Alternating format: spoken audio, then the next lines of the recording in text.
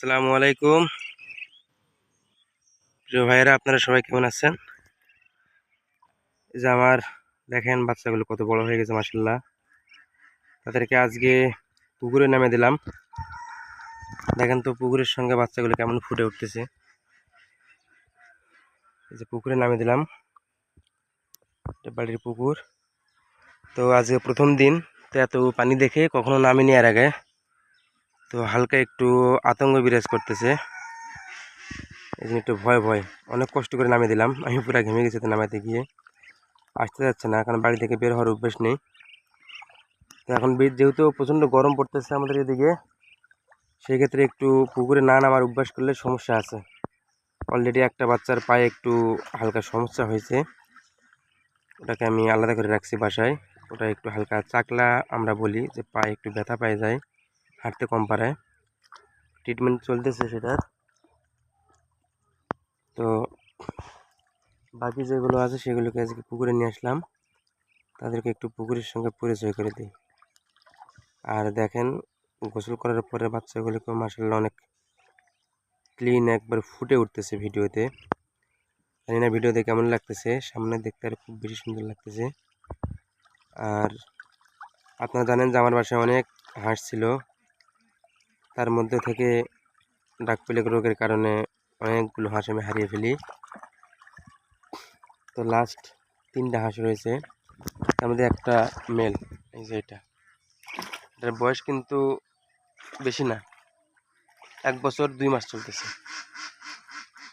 Already অনেক, তার wait অনেক বেশি। সে এখনও মানে ফিমেল হাঁসিদের সঙ্গে মিটিং করে না, বা তার সেই বয়সটা এখনো হয়নি, অ্যাডাল্ট হয়নি, যার কারণে তার ওয়েটটা খুব বেশি, খুব বেশি ওয়েট। দেখেন গরমে কীরকম অবস্থা করতেছে। আর এই যে বাচ্চাগুলো এখন মোটামুটি একটু কমফোর্ট। এই যে দেখেন খেলতেছে তারা, হ্যাঁ ডুব দিচ্ছে, চমৎকার দৃশ্য। তো তাদেরকে নিয়ে আসতে হবে, এরকম 2-3 দিন নিয়ে আসলে পুকুরে পরিচয় করে দিলে তারপরে তারা একা একা চলে আসবে। আর এই পুকুরে অনেক পোকামাকড় থাকে, সেগুলো খেতে পারবে এই যে ধার দিয়ে দিয়ে। তো আমাদের দিকে আবার জঙ্গল বেশি, এই যে দেখতেছেন, এগুলো তো অনেক বেজি আছে, সেই ক্ষেত্রে আমাদের অনেক সতর্ক থাকতে হবে যাতে করে বেজি আক্রমণ না করে।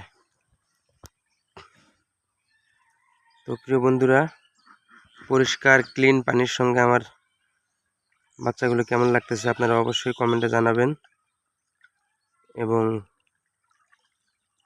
ভিডিওগুলো কন্টিনিউ দেখতে আমার চ্যানেলটি সাবস্ক্রাইব করবেন।